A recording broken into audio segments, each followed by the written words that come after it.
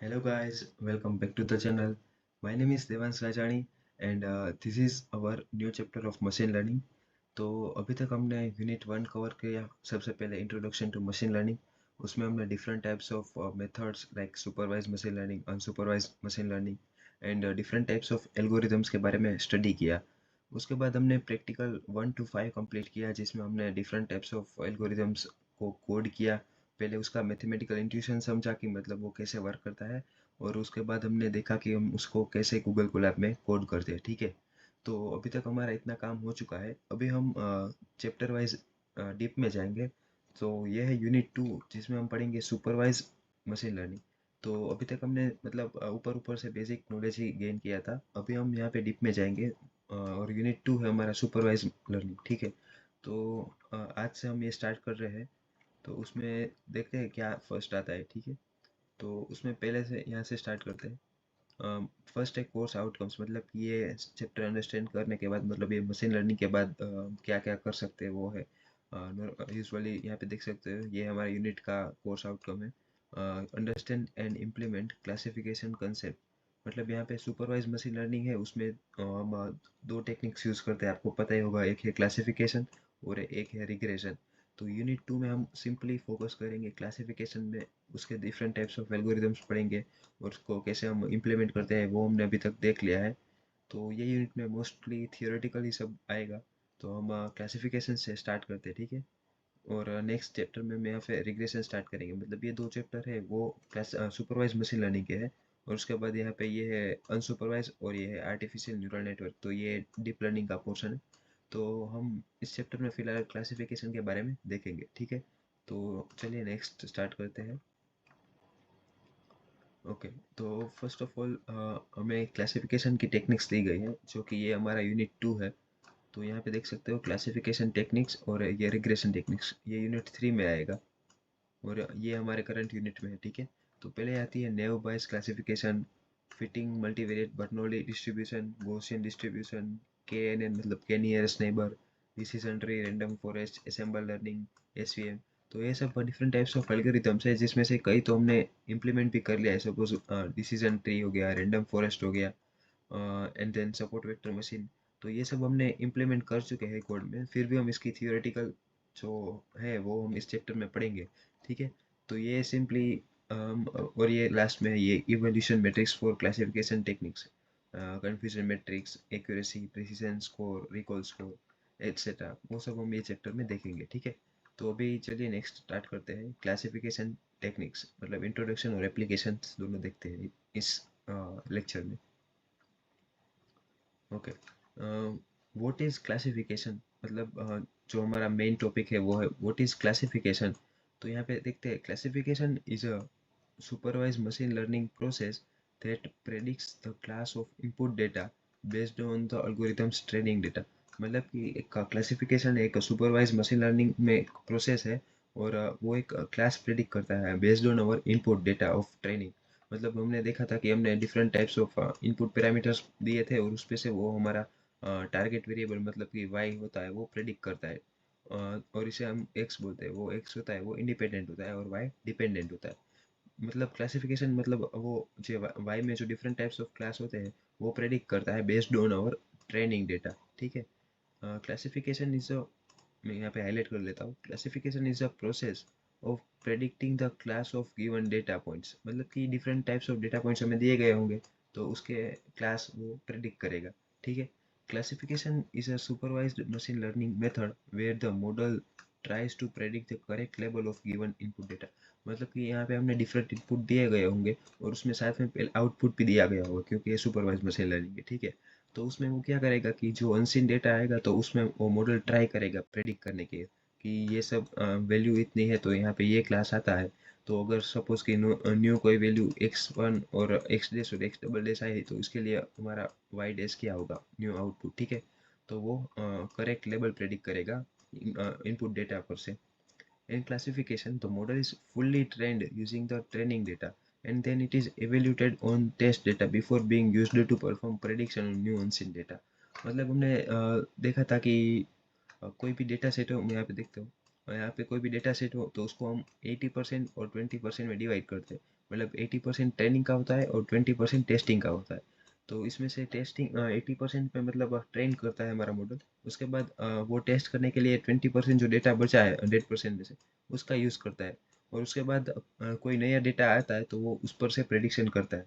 तो कुछ इस तरह से क्लासिफिकेशन वर्क करता है, ठीक है। तो आगे देखते हैं हम। For example, a spam detection machine learning algorithm would aim to classify emails as either spam or not spam। मतलब कि क्लासिफिकेशन करता है कि स्पैम मतलब कि जो फ्रॉड होता है वो, और नॉट स्पैम मतलब कि हैम, और नॉट स्पैम मतलब जो हमारे लिए हार्म नहीं करता है, ठीक है। तो देखते हैं आगे यहाँ पे। ओके। हाँ, ओके। यहाँ पे आप देख सकते हो, यहाँ पे ट्रेनिंग एंड वैलिडेशन डेटा है।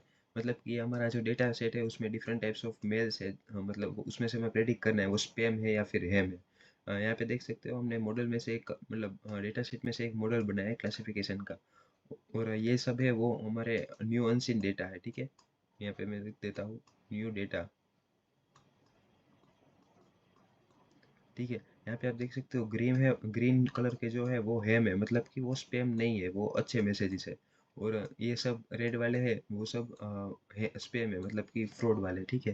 तो उस पर से हमने हमारे जो डेटा अवेलेबल था उस पर से एक मॉडल बनाया, ठीक है। उसके बाद वो हम अनसीन डेटा हमारे यहाँ पास करेंगे तो वो क्लासिफिकेशन कर देगा कि ये स्पैम है या फिर इनबॉक्स में जाना चाहिए या फिर स्पैम फोल्डर में जाना चाहिए, ठीक है। तो ये सिंपली क्लासीफाई करता है कि ये स्पैम है या फिर नॉट स्पैम। आई होप इतना समझ में आ गया होगा। नेक्स्ट देखते हैं हम। Classes are sometimes called targets, labels और कैटेगरीज। मतलब कि क्लासेस है, classes are sometimes called targets. मतलब टारगेट्स मतलब कि जो हमारा डिपेंडेंट वेरिएबल वाई है, ठीक है। इसे हम वाई बोलते हैं क्योंकि डिफरेंट एक्स पे से हम वाई प्रेडिक्ट करते हैं, ठीक है। तो ये टारगेट वेरिएबल है, लेबल्स कहते हैं या फिर कैटेगरीज, कुछ भी हम कह सकते हैं। यहाँ पे ये है वो। Classification predictive modeling is the task of approximating a mapping function f from input variable x to discrete output variable y। मतलब जो हमारे पास x होता है डिपेंडेंट फीचर, उस पर से हमें एक y प्रिडिक्ट करना होता है। वो y होता है वो डिस्क्रीट होता है। मतलब कि यहाँ पे क्लासिफिकेशन के लिए वो उसकी वैल्यू या फिर यस होती है या फिर नो होती है या फिर मतलब कोई इम्प्रॉपर होती है, ठीक है। कंटिन्यूस डेटा की तरह नहीं होती है। तो क्लासिफिकेशन ये इस तरह से वर्क करता है। नेक्स्ट देखते हैं। नेक्स्ट आता है एप्लीकेशंस ऑफ क्लासिफिकेशंस। तो यहाँ पे देख सकते हो डिफरेंट टाइप्स ऑफ एप्लीकेशंस है सब। इमेज रिकॉग्निशन, ऑब्जेक्ट डिटेक्शन इन ऑटोनोमस व्हीकल्स, फेस रिकॉग्निशन। मतलब इमेज रिकॉग्निशन मतलब कोई भी ऑब्जेक्ट आए तो उसको हम आइडेंटिफाई करना है। ऑब्जेक्ट डिटेक्शन इन ऑटोनोमस व्हीकल्स मतलब कि जो सेल्फ ड्राइव कार होती है या फिर वो उसमें कैसे ऑब्जेक्ट डिटेक्ट होता है वो। फेस रिकॉग्निशन मतलब हम जो हमारे अटेंडेंस के लिए फैकल्टीज यूज़ करते हैं तो वो फेस रिकॉग्नाइज करता है। फिर डिसीज डायग्नोसिस मतलब कि डिफरेंट टाइप्स ऑफ सिम्टम्स है हमें कोई भी रोग के, डिसीज के, तो उस पर से हम प्रेडिक्ट करेंगे कि ओके इसमें फीवर है, इसमें फीवर नहीं है, इसमें कुछ नया है। उसके बाद आता है लैंड कवर क्लासिफिकेशन इन रिमोट सेंसिंग। फिर आता है वॉइस रिकग्निशन, लैंग्वेज आइडेंटिफिकेशन। मतलब ये सब क्लासिफिकेशन के एप्लीकेशन से, मतलब यहाँ पे हम सब यूज़ कर सकते हैं। यहाँ पे देख सकते हो ईमेल स्पैम फिल्टरिंग हमने अभी देखा, toxic comment classification, sentiment analysis. मतलब कि कोई भी हम सपोज कोई भी मूवी देखने जाते हैं तो उसमें हम रिव्यू करते हैं कि 10 में से इतने 9 स्टार है, 8 स्टार है। मतलब हम रिव्यू करते हैं कि इसमें फाइटिंग ज़्यादा थी, इसमें ये अच्छा नहीं था, ये बुरा नहीं था। तो उस पर से हम अप्रोक्सीमेट कर सकते हैं कि कैसा मूवी है। उसमें से सेंटिमेंट एनालिसिस मतलब रिव्यू एनालिसिस हम कर सकते हैं, ठीक है। और ये सब एप्लीकेशन है मशीन लर्निंग की। आप इसमें सिंपली पढ़ सकते हो, इसमें कुछ पढ़ाना जैसा नहीं है। Handwriting recognition, document classification, social media text classification, prediction loan defaults. उसके बाद आता है fraud detection, stock market prediction, recommendation systems, intrusion detection in cyber security.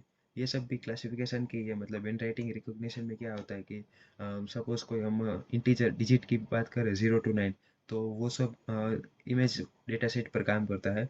और वो प्रेडिक्ट करता है, क्लास डिफाइन करता है कि क्लास 1 में से है, क्लास 2 में से है, कौन से क्लास में से, ठीक है। डॉक्यूमेंट क्लासिफिकेशन में वही होता है, सोशल मीडिया टेक्स्ट क्लासिफिकेशन। फिर फ्रॉड डिटेक्शन मतलब कि स्पैम जैसा है या फिर not spam. Stock market prediction मतलब कि विच साइड ग्रो होगा, मतलब अप साइड डाउन साइड क्या होगा। रिकमेंडेशन सिस्टम मतलब कि आपने सपोज कोई भी मूवी देखी रखी है, तो उसके ऊपर से वो प्रेडिक्ट करेगा कि आपको ये मूवी भी देखनी चाहिए क्योंकि ये सब रिलेटेड मूवी है, ठीक है। और इंट्रूशन डिटेक्शन मतलब कि कोई अगर थ्रेड्स आता है तो वो किस तरह से डिटेक्ट करता है, कैसे हमने स्पैम फोल्डर में देखा, मतलब स्पैम स्पैम होता है या फिर नहीं होता ईमेल, उसी तरह से होता है इंट्रूशन डिटेक्शन साइबर सिक्योरिटी में, ठीक है। आई होप इतना क्लियर होगा आपको। ओके, नेक्स्ट है क्लासिफिकेशन टेक्निक्स और कैटेगरिकल डेटा, ठीक है। तो उसमें टू टाइप्स ऑफ मॉडल्स रहते हैं, लीनियर मॉडल और non linear model. Linear model मतलब हम जिसको सिंपली एक लाइन से हम डिवाइड कर सकते हैं। सपोज यहाँ पे क्लास ए है और यहाँ पे क्लास बी है, तो इसे हम यहाँ पे एक लाइन की तरह से मदद से मतलब डिवाइड कर सकते हैं, उसे लीनियर मॉडल कहते हैं। और नॉन लीनियर मॉडल में हमें कुछ सपोज के कुछ ऐसी पैटर्न हुई, तो हम इसको इस तरह से कुछ डिफाइन करते हैं, मतलब ये नॉन लीनियर टाइप का हुआ और यहाँ पे एक लीनियर लाइन हो गई। तो लीनियर मॉडल की बात करें तो logistic regression, support vector machine मतलब एसवीएम, ये दोनों हमने ऑलरेडी पढ़ रखे हैं प्रैक्टिकल में। अगर आपने नहीं देखा हो तो आप चेकआउट करिएगा चैनल में। और नॉन लीनियर मॉडल में आता है के nearest neighbour, decision tree, naive Bayes, ensemble method. तो ये सब नॉन लीनियर मॉडल है, ठीक है। और उसके एग्जांपल की बात करें यहाँ पे, तो मतलब binomial logistic regression, multinomial logistic regression, ordinal logistic regression, तो ये सब लीनियर मॉडल के एग्जांपल है। और ये मल्टीवेरिएंट बर्नौली डिस्ट्रीब्यूशन, गॉसियन डिस्ट्रीब्यूशन और ये सब रैंडम फॉरेस्ट, ये सब नॉन लीनियर मॉडल्स है, ठीक है। तो हम टॉपिक वाइज सब में सबको पढ़ेंगे। तो फिलहाल आज के लेक्चर में ओके, एक लास्ट टॉपिक है वो हम कवर कर लेते हैं। वो है लेजी लर्नर्स और ईगर लर्नर्स। मतलब लेजी लर्नर्स मतलब जो काम के मतलब उनको काम इतना अच्छा नहीं लगता, मतलब वो लेट से काम करते हैं, ठीक है। Lazy learners firstly store the training data set, यहाँ हाईलाइट कर देता हूँ मैं। Lazy learner firstly store the training data set and wait until it receives the test data set. मतलब वो ट्रेनिंग के टाइम पे ट्रेनिंग टाइम जल्दी ले लेता है, मतलब ट्रेनिंग फटाफट हो जाती है, लेकिन वो उसके बाद वेट करेगा कि कब मेरा टेस्ट डेटा सेट आएगा और कब मैं क्लासीफाई करूँगा, ठीक है। तो उसे हम लेजी लर्नर बोलते हैं। Classification does on the basis of the most related data stored in training data set, ठीक है। और it takes less time in training but more time in prediction, ये मेन चीज़ है। लेस टाइम इन ट्रेनिंग मतलब कि वो train तो फटाफट हो जाता है, लेकिन वो प्रेडिक्शन के लिए देर लगाता है क्योंकि उसने इतना अच्छा से ठीक से वो कुछ पढ़ा नहीं है। उसके एग्जांपल है के nearest neighbour, case based reasoning, तो ये सब है लेजी लर्नर, ठीक है। उसके बाद आता है ईगल लर्नर्स, मतलब जिसको कुछ लर्निंग करने की मतलब जल्दी तो नहीं बोल सकते, लेकिन कुछ उसको पसंद होता है, ठीक है। Eager learners develop a classification model based on training data set before receiving a data set. Develop a classification model based on training data set before receiving a test data set. मतलब वो training करने के बाद एक model develop कर लेते हैं, जिसके ऊपर कोई भी नया अनसीन टेस्ट डेटा है तो वो इजीली प्रेडिक्ट कर सके। Opposite to lazy learners, eager learner takes more time in learning and less time in prediction. मतलब वो लोग ट्रेनिंग में ज़्यादा टाइम लेते हैं। यहाँ पे कैसे हमने देखा कि लेजी लर्नर ट्रेनिंग जल्दी हो जाती है, टेस्टिंग में देरी लगती है, उसी तरह से ईगर लर्नर्स होते हैं तो वो लर्निंग में टाइम थोड़ा ज़्यादा लेते हैं, लेकिन लेस टाइम इन प्रेडिक्शन, मतलब उनको प्रेडिक्ट करने में टाइम नहीं लगता। तो उसमें है logistic regression, SVM, decision tree, naive Bayes. तो ये ठीक है, ये सब है ईगर लर्नर्स। ये आप सिंपली डेफिनेशन याद रख सकते हो। उसके बाद आता है दोनों का difference, lazy learners and eager learners. तो यहाँ पे देखा when they learn, learn eight prediction time, learn eight training time. उसके बाद आता है storage, timing speed, prediction speed, memory use, flexibility, examples, advantage and disadvantage. मतलब ये लेजी लर्नर और ईगर लर्नर्स के बीच का डिफरेंस है। तो यहाँ पे अमुक डिफरेंट टॉपिक्स की बात करूँ तो स्टोरेज ऑल ट्रेनिंग डेटा, मतलब लेजी लर्नर होते हैं वो ट्रेनिंग डेटा में सब स्टोर कर लेते हैं, store summary model of data. और ईगर लर्नर्स होते हैं सिर्फ वो मॉडल ही सेव करता है। उसके बाद लेजी लर्नर हमने बात की इस तरह से वो फास्ट होता है ट्रेनिंग में, पर ईगर लर्नर्स ट्रेनिंग में स्लो होता है। प्रेडिक्शन टाइम स्लो होता है क्योंकि मस्ट प्रोसेस ऑल डेटा, मतलब उसने जो यहाँ पे ट्रेनिंग डेटा लिया उसको प्रोसेस करने के लिए टाइम लगेगा, तो प्रेडिक्शन में भी टाइम लगेगा। और fast uses pre built model, मतलब यहाँ पे जो मॉडल बनाया है उसने वो यूज़ करेगा। फिर मेमोरी यूज़ हाई मेमोरी लेगा क्योंकि सब डेटा स्टोर किया है उसने। और मेमोरी यूज़ ईगर लर्नर में कम होगी क्योंकि सिर्फ मॉडल सेव करता है। फ्लेक्सिबिलिटी हाई होती है और यहाँ पे थोड़ी लोअर होती है। एग्जांपल्स देखें, KNN हो गए, यहाँ पे डिसीजन ट्री नेव बायस हो गया। एडवांटेज की बात करें कि simple efficient training, flexible with model complexity, मतलब कि सिंपल होता है लेजी लर्नर में, इफिशिएंट ट्रेनिंग होती है।